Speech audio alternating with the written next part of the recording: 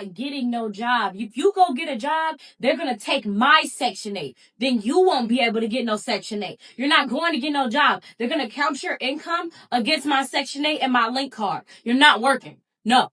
So I don't care what you got to say. I don't care how you feel. You're not working. You're not going to get a job. You're not going to school. You're not doing none of that shit. But Ma, I'm saying how I'm supposed to be successful in life, Ma. So you basically telling me I gotta be broke to be successful. I gotta be broke so I can get Section 8. You gotta be and so I broke can get so a link card. the government can help you. So the government can help me. So you telling me I can't work no job, bro?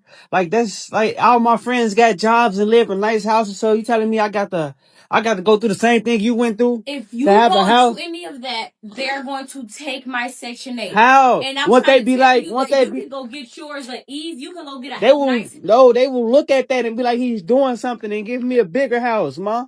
That's what you told me. Where I'm gonna go? I don't have this job. I can get off your Section 8 and apply for my own Section 8. But if you do that, you're gonna have to go the hard way. It's gonna take long. So what? That's what I'm Wait saying. 2 months, get on Section 8, find you a nice apartment, go get you a link card. You will be fine. You don't have to sit up and work. You don't have to work no job. The government is here to help us.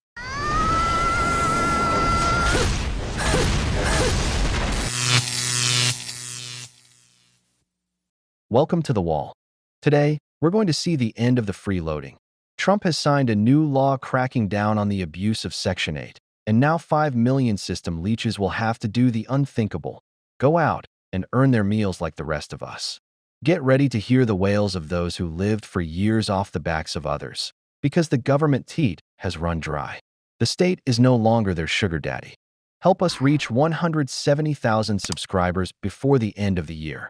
Like the video and drop your take in the comments. We always highlight the best one. And endless thanks to the fans who tune in to our daily videos. Let's get started. Everybody wants to see a tour of my Section 8 3-bedroom, 2-bath trailer. So here it is. We have lived here for a little over a year. The state pays $1,100. We pay $28. So here we go.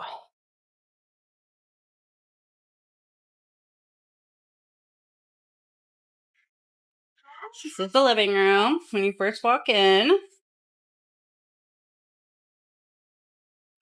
Then we got the hallway right here. This is the smaller bathroom. As you can see, some things are falling apart, but it is a trailer. There is a bedroom right here. Walk back through here. This is the living room. Yes, that is an indoor trampoline in our kitchen because we can't have trampolines in our yard. It's not a single wide, but it's also not a double wide. Another bedroom right there. This is our washer and dryer.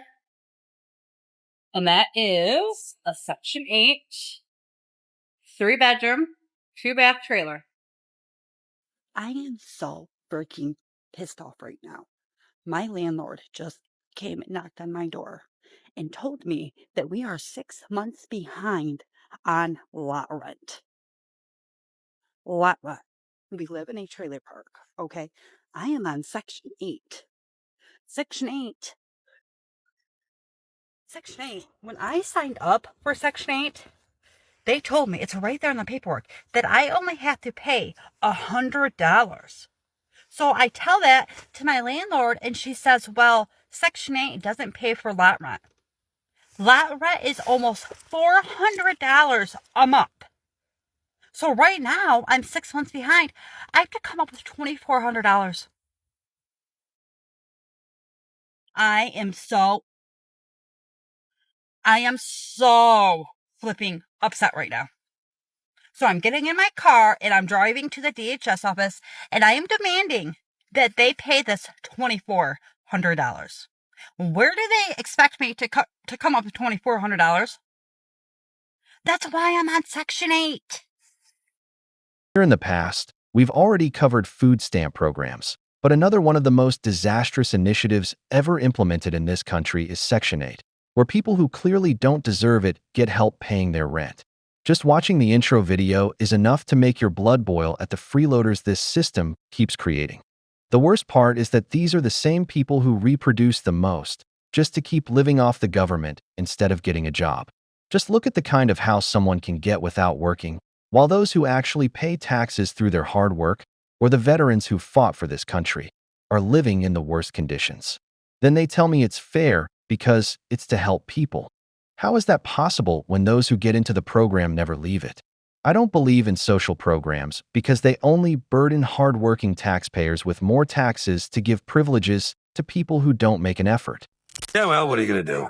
Life's a bitch and then you die, right? Sometimes life's a bitch and then you keep living.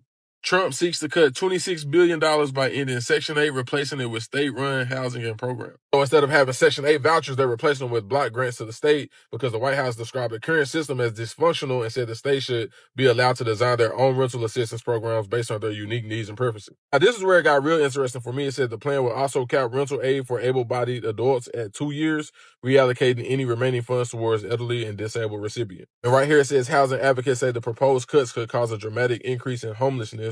And then it says currently only about 1 in 4 eligible households receive rental aid. This new federal budget proposal also calls for eliminating programs that support affordable housing development, fair housing enforcement, and community improvement grants. They said that these funds have been misused, citing projects like skate parks and concert plaza. The Housing and Urban Development has warned local agencies to prepare for funding to end as early as next year. The Trump administration has already pushed out thousands of HUD employees and council contracts that support low-income housing, signaling a broader pullback from federal housing support. All of that was very interesting to me. I am an investor in real estate. I do have tenants on Section 8, and I know a lot of people on Section 8, and this is going to really, this could be bad. Like, I understand the concept, and I think it's pushing for people to, because I know some people that abuse Section 8 vouchers and living off the government, and so I'm assuming this is to push them to like go want to do better and be better, I guess. I don't know,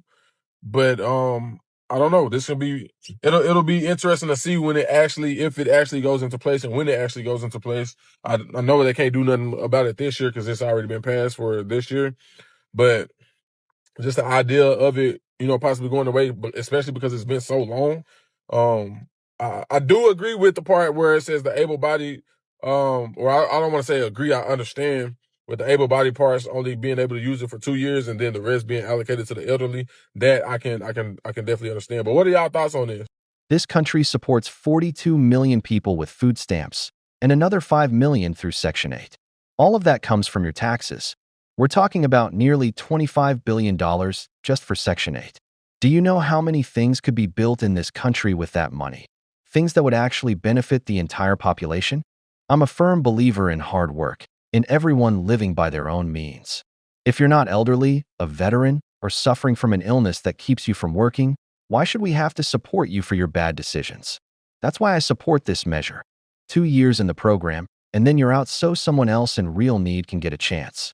If in 732 days you haven't managed to get your life together, pay off your debts, or find a better job, well, that's on you.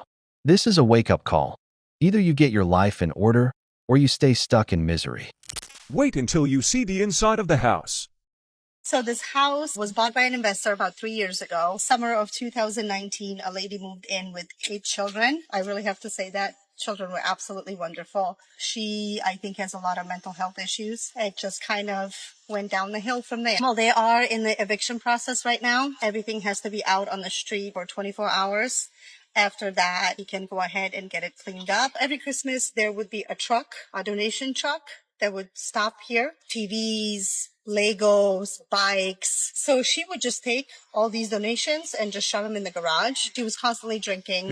She was always drunk. So the children were removed by the state. It is our understanding that 5 youngest children are in Dallas. The rest are here somewhere in Houston. According to all the officials, she is not getting her children back. She was admitted a few times into the hospital because she was tased by the police. There was a baby born in this house, so she was pregnant when she moved in. So once the kids get taken away, she no longer qualifies. for the house, right? No. Because you have to have the kids to qualify for Section 8. Absolutely. So what happened after the kids were taken away, it was in the middle of the pandemic. So they really had nowhere, nothing was open to move this case forward. A year and a half now. A year and a half? Yeah, Kids haven't been here? No. And she's just been here by herself? Just drinking, doing drugs, having other man. men in the house, because she said one of her oldest daughter, who is just a freshman in high school, was aging out of the system. Uh-huh. And so she needed to get pregnant to get another child. Oh, dear God. The owner of the house, he wrote us all an apology letter, and he came to the doors and apologized and said that he had no idea that it was this bad. And he said that the management company always covered it up. Never told them what was really going on. But she ended up getting into this huge fight with the neighbors because the neighbors were concerned with the cockroaches that were there, because the baby was on the floor and there was just cockroaches were crawling on the baby. Oh, dear God. So they they probably called CPS? We all called CPS, to be honest, because it was just not a good condition for the children to be in. Finally, CPS came out, and finally the children were removed. After dealing and watching all of this, you know, it's nobody wants to live next door to a Section 8. We tried to help with the kids. I had children sleep at my house. We fed them. Fed them. I bathed them every night. One of the other neighbors took the kids in for 3 months. 3 of them. Wow. Took in some of her kids to their house? Yes. We ended up buying beds for those children. New clothes. Yes. Toothbrushes, everything. Yep. Man, y'all did your part. Just didn't want the help, or just didn't know what to do with nice people being nice to her. No. Damn! See what I'm talking about? That woman is a total mess, and she was always rewarded for her bad decisions. Just thinking about how she wanted another kid because her daughter was aging out of the system, so she could keep collecting her Section 8 benefits from the government, is exactly why I don't support this system. We're talking about a vicious cycle where people keep acting like the worst version of themselves and are never held accountable.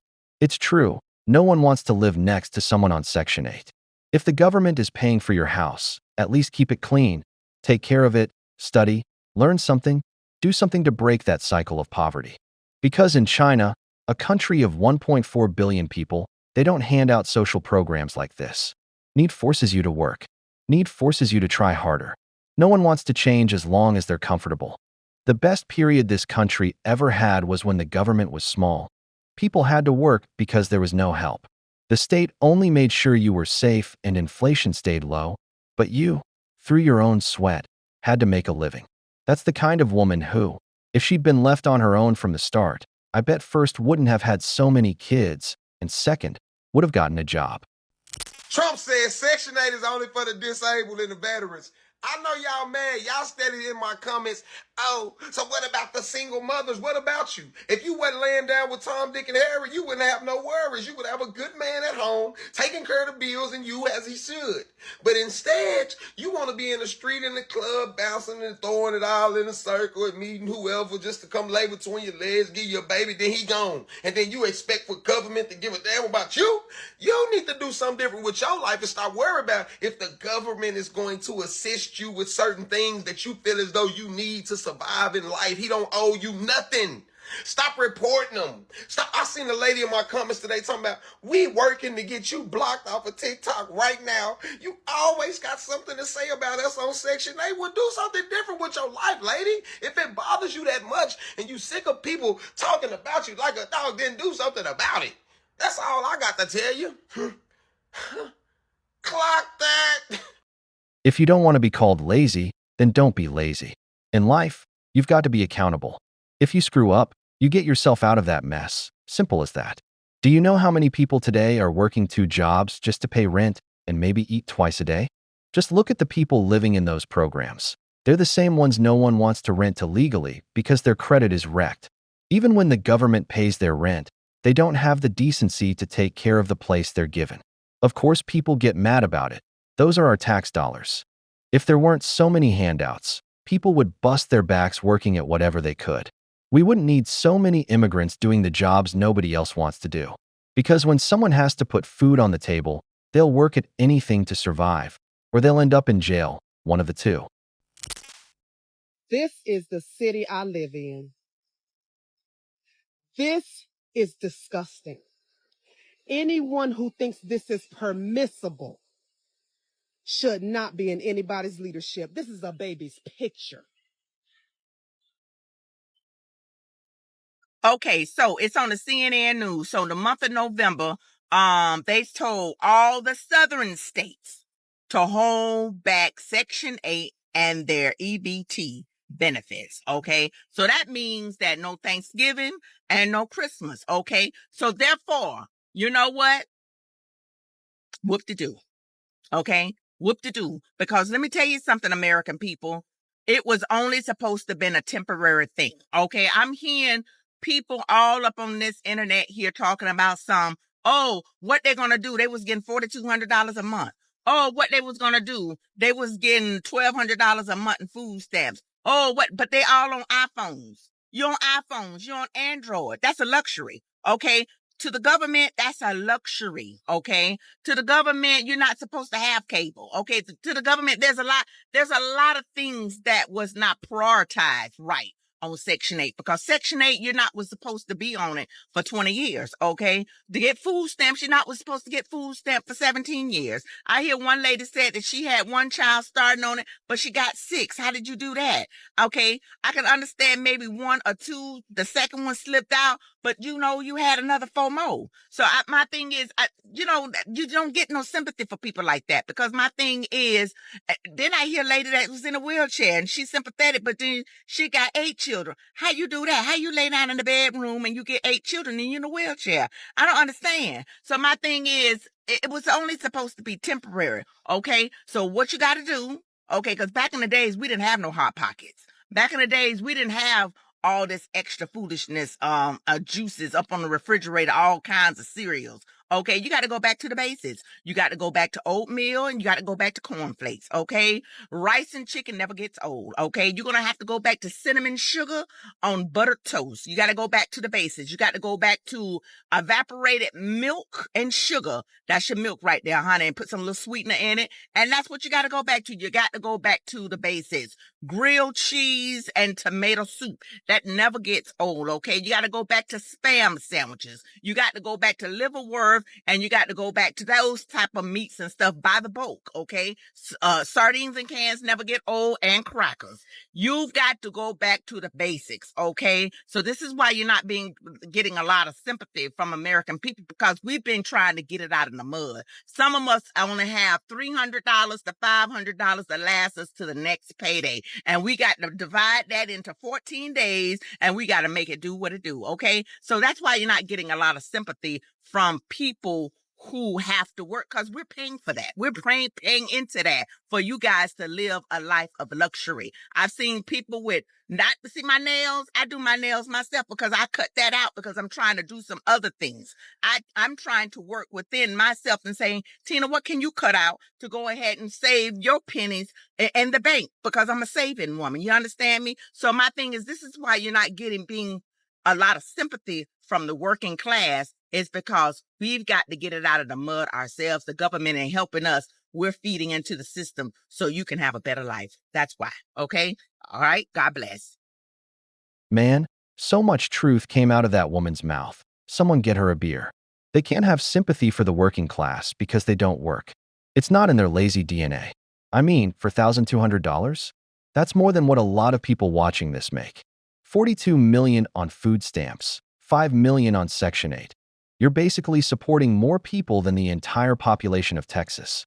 How are we supposed to move forward as a country? Like she said, they come into the program with 1 kid and never leave. Then they have as many kids as they can, kids who grow up to do the same thing. It's just like that example with the rotten apple in the basket. Put 1 rotten apple in with 10 fresh ones, and soon they all start to rot. Why? Because misery loves company. That's exactly how these people are, a never-ending cycle of poverty. It's time they start working, learn to stretch their food, get 2 jobs, make a budget, stop living in luxury, go a day without eating if they have to, or learn how to cook. Because the government teat has run dry. It's time to get to work. So I seen this lady. I scrolled and I seen this lady. And when I say the first couple of seconds, I felt so bad for her because she was literally crying, y'all. She was crying, and then I'm like, she didn't say anything. And then next thing you know, she been on Section 8 for 24 years. She just seen what Trump is initially trying to do. I think it's supposed to take effect in 2026. So in 2026, they're saying the start of 2026, you get 2 years to be on Section 8. And after that, you can never get it again, basically. So, she pretty much was crying and all of that. But y'all, why she say she been on Section 8 for 24 years? She literally was like, I've been on this since I was 18 years old. I'm a single mom. I've, raised all my kids. She was like, I got 3 left. She was like, I'm in my 40s. Yeah, he just think it's so easy. She was like, he just think it's so easy for us to just pick up and just get a new career. And this is her and that. Because she's a single mom, my heart goes out to her. But 2 years, and then a lot of people was asking in the comments, like, half was like they agree with what Trump said and the other half don't. So I'm gonna leave this here. I do not agree with 99% of what that orange ass man said. That ain't my president. I didn't vote for that bitch. I voted for the opposite side. But I will say this. On this particular topic, I'm with him 60-40. And the only reason why I say that is because he said 2 years. I think they should give people longer than that. Me and my husband literally was just talking about this like a week ago. And my husband was like, they should give them, I think he said 3 years. 3 years to get their shit together, and then they got to get off of it. I don't personally agree with 3 years. I think he said 3 or 4. Don't quote me on it. But I said longer than what he said. I said I think it should be 5 because initially to go back to school, if you want to go back to school or go get a trade. Now, if you go take a trade and this and that, of course it's going to be less of the time to find something that you actually want to do. But if you want to go back to school, then I say give them 5 years because 4 years initially to go to school, actually get the degree, and then 1 extra year after they get done with their degree to actually find something in their career path that they went for to be able to start actually making a life for themselves. So that's why I said I feel like 5 years is a good ample amount of time for anybody to be on Section 8. You should be able to save up, do everything you need to do. And the lady, I'm like, she's literally crying to me. She's been on there 24 years. You are one of the reasons why he trying to do this stupid ass shit. It's because people don't typically get on Section 8 or housing and food stamps and all. People don't typically get on Section 8 and stuff like that. Get the resources that they're giving you. Save your money. Like, after a few years on that, you should be able to buy you a house. Whether it's a small house, a big house, however you want. You should be able to save, or if not, buy you a house, because everybody don't want to be homeowners.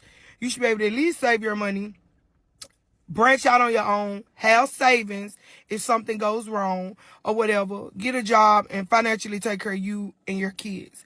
So I agree with some of it, but I don't physically agree with all of it. And she literally, when I say she was crying, she was crying. And I'm like, 24 years is a long time. But then when you go to her page, and I'm like, I don't want to judge God on that. I don't want to judge. But then when you go to her page, you see she taking extravagant trips. And she's been out the country. Last year, 2024 alone, she went out the country like 3 times. Then when you look on there, you see all these shopping sprees, nails, wigs. That shit expensive, baby. I'm a woman. I know. Wigs, that shit is expensive. Eyelash set, this woo. But you telling me you're crying on here. Literally, you can't afford to pay your rent on your own. But you can afford to go out the country 2-3 times a year. The average working person, the average household cannot afford to go out of town 3-4 times a year, let alone out the country. So you're telling me you can afford that. You can afford all this different stuff. You can afford standing in line to get Jordans and all these different stuff, but you can't afford your rent wherever you're staying by yourself. No. That is the reason why they're sitting here saying, that is the reason why that orange-ass man is saying what he's saying, because some people take advantage of it. That is not what those services are used for. And then it really hurts because, like, the people that really need the services, they are unable to use it. And I'm going to just say this right here. I'm going to go with the homeless every day, all day. Anybody that's homeless, I genuinely, that's like my one project. If I became rich, I would help. I would do my best to try my best to cut down on the homelessness. Literally. I really feel for homeless people because winter outside in the cold is awful. Summer in this heat is awful. Nobody should ever be homeless. Period, point blank. Nobody.